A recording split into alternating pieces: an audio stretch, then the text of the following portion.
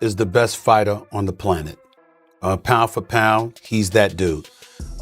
In this 4-belt era, he is now the undisputed world champion 3 times over. 140 pounds, 147, now 168 pounds. Bud was the best. I got to give it to him. Bud the best, right? He hands down. He the best. He the best right now. I don't think nobody need to question him no more. I mean, you kind of got to give him his respect no matter what. You got to give him his respect. He just went up 2 weight classes what people said he couldn't do.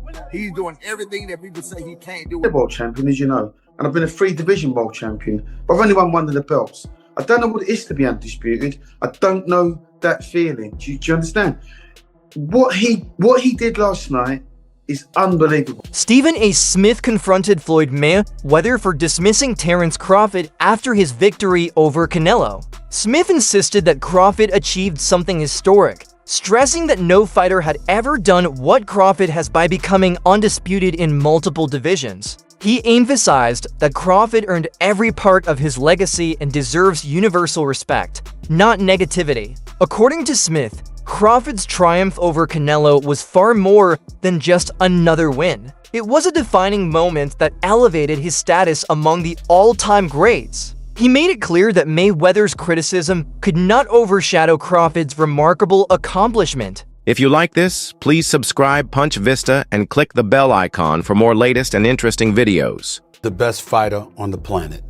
Pound for pound, he's that dude. In this 4-belt era, he is now the undisputed world champion 3 times over. 140 pounds, 147, now 168 pounds, claiming all the belts. You don't see people doing that very often. Going up against a guy who was perceived as being bigger and stronger, Crawford was strong. Crawford was strong enough to fend him off, strong enough to make him respect his own power. He used his jab, he used his distance. Jeff Mayweather voiced strong opinions about the shot Crawford delivered to Canelo, insisting that the defeat will always leave a mark on Canelo's legacy. In his words, Canelo was the undisputed king of the division, holding dominance and authority over his opponents. Yet he endured a humbling loss to someone who dared to climb in weight and face him in his own house. For Jeff, this wasn't a minor blemish, but a permanent stain that will remain alongside Canelo's name in boxing history. He explained that champions in their prime are remembered for defining moments, and Canelo's defining moment turned out to be a crushing defeat to Crawford. Either way, he was in discussion certainly with Chavez. What does this do to his legacy? Because I don't think he caught, the Floyd fight didn't give him, people didn't really look down on, because he was, even though he had 40 fights, he was still, fighting one of the greatest ever in an absolute master. In Bivol, he went up weight classes to win. But now he's fighting a smaller guy, a great fighter, but a smaller guy. Does this damage his legacy in any way? I think it does. I think it does because, the one thing is this, is that, you were ruling, you were the king of that weight class.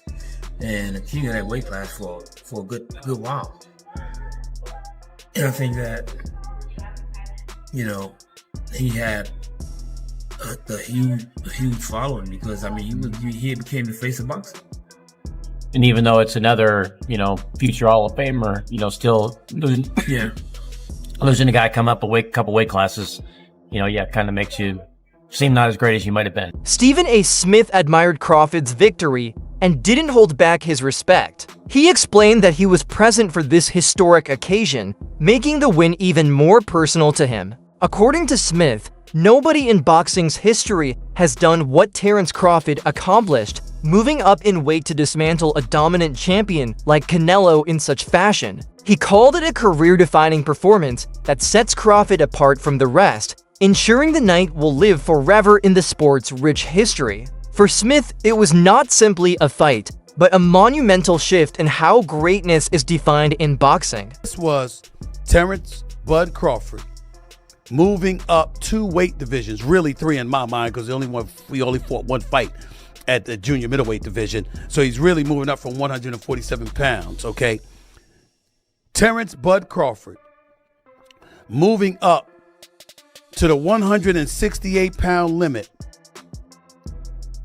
in an effort to claim the undisputed super middleweight championship of the world from the grasp of Saul Canelo Alvarez. Now, I was there because let me tell you something right now. There's very, very few sporting events in the world that are better than a super fight in Vegas.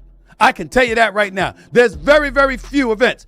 Props to Nick Khan of the WWE. Crawford's trainer made it clear following the fight that his man had nothing left to prove. In his words, Terence has reached a level where respect must be absolute. Still, some critics refuse to give it. This frustration underlined that even after dismantling one of boxing's biggest names, Crawford continues to battle narratives outside the ring. His trainer emphasized that Crawford is not even focused on another fight right now, as what he accomplished against Canelo is more than enough to cement his greatness. For Crawford, this wasn't about chasing names anymore. It was about building a legacy that cannot be denied.